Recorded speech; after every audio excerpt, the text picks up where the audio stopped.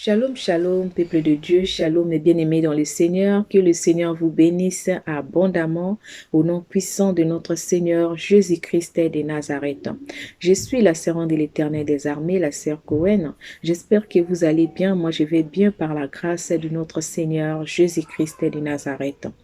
Mes bien-aimés, aujourd'hui, le Seigneur m'a fait encore grâce de venir parler de sa part, alléluia, de partager un message de la repentance, car le Seigneur, il appelle son peuple à la repentance, à abandonner les choses qui ne glorifient pas son nom, à se repentir, à renoncer aux œuvres de ténèbres, les œuvres de la chair, alléluia, et de marcher selon l'Esprit dans la sanctification du corps, âme et esprit. Nous allons prier.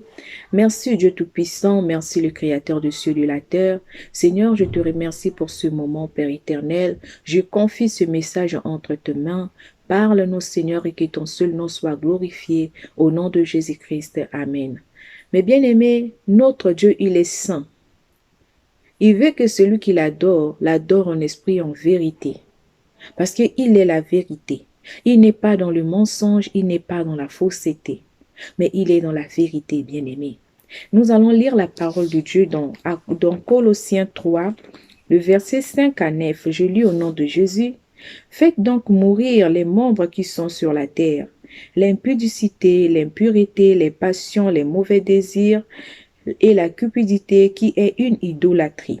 C'est à cause de ces choses que la colère de Dieu vient sur les fils de la rébellion, parmi lesquels vous marchiez autrefois, lorsque vous viviez dans ces péchés. Mais maintenant, renoncez à toutes ces choses, à la colère, à l'animosité, à la méchanceté, à la calomnie, aux paroles déshonnêtes qui pourraient sortir de votre bouche. Ne mentez pas les uns aux autres, vous étant dépouillés du vieil homme et de ses œuvres. Alléluia. Mais bien aimés, là nous venons de lire la parole de Dieu. La parole de Dieu nous dit de renoncer à toutes ces choses. La colère, les mensonges, l'impudicité, l'impureté, la calomnie, l'animosité, toutes ces choses-là qui n'honorent pas le nom du Seigneur, nous devons renoncer à ça, bien-aimés, parce que ça ne glorifie pas le nom de Dieu. Alléluia. Ça ne glorifie pas le nom du Seigneur. Le Seigneur, il veut que ses enfants marchent dans la sanctification de corps, âme et esprit. Alléluia. Et non dans le péché. Il nous appelle à marcher dans la vérité. Bien-aimé, Jésus revient bientôt. Alléluia. Il revient bientôt. Il nous appelle à se préparer, à renoncer au péché, aux œuvres ténébreuses, aux œuvres de la chair. Alléluia. Ce que le Saint-Esprit m'avait montré, bien-aimé, j'étais devant une église, bâtiment. J'étais pas seule, j'étais avec le Seigneur. Le Saint-Esprit était là avec moi. Et je regardais dans cette église, c'était le jour de la réunion de prière. Il y avait des frères et sœurs qui étaient en train de louer le Seigneur, d'adorer, de prier. Et après la réunion de prière, j'ai vu une sœur et un frère, ils sont allés ensemble. Et j'étais là, je regardais, je ne sais pas comment je voyais toutes ces choses. Quand ils sont partis, j'ai vu qu'ils étaient partis faire des choses. Ils sortaient ensemble dans le secret. Même leur pasteur n'était pas au courant. Donc ils étaient dans le mensonge, dans l'impudicité. Alléluia. Dans la fornication, donc ils pratiquaient des choses là qui ne glorifient pas le nom du Seigneur. Ils n'étaient même pas mariés, mais ils sortaient ensemble, bien-aimés. Ils sont allés faire des choses. À leur retour, j'ai vu que le frère, il était vraiment triste. Il y avait vraiment de la tristesse sur son visage. Donc, je voyais vraiment qu'il était vraiment triste. Et directement, moi aussi, j'ai senti cette tristesse-là en moi.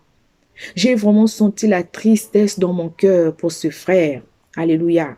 Je me suis approchée de ce frère. Je commençais à lui parler. Mon frère, le Seigneur t'a appelé à le servir. Tu dois servir le Seigneur en esprit, en vérité.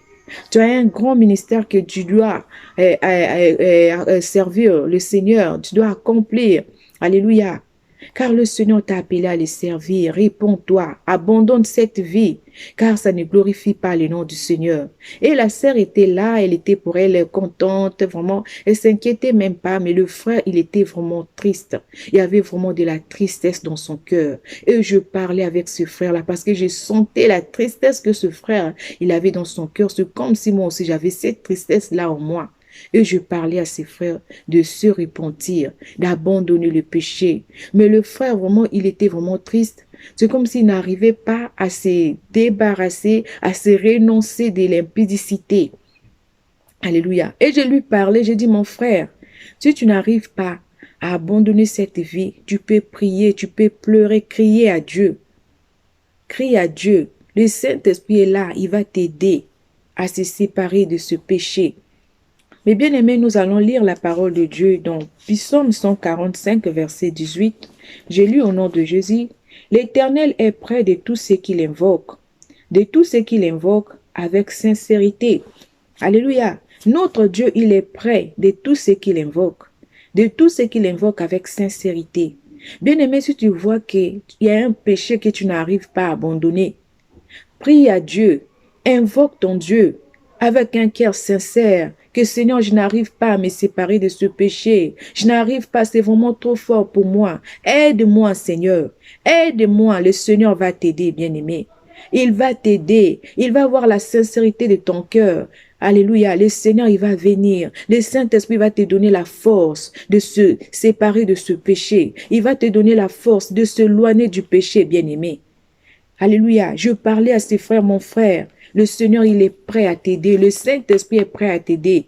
Crie seulement à Dieu. Invoque ton Dieu. Il va t'aider.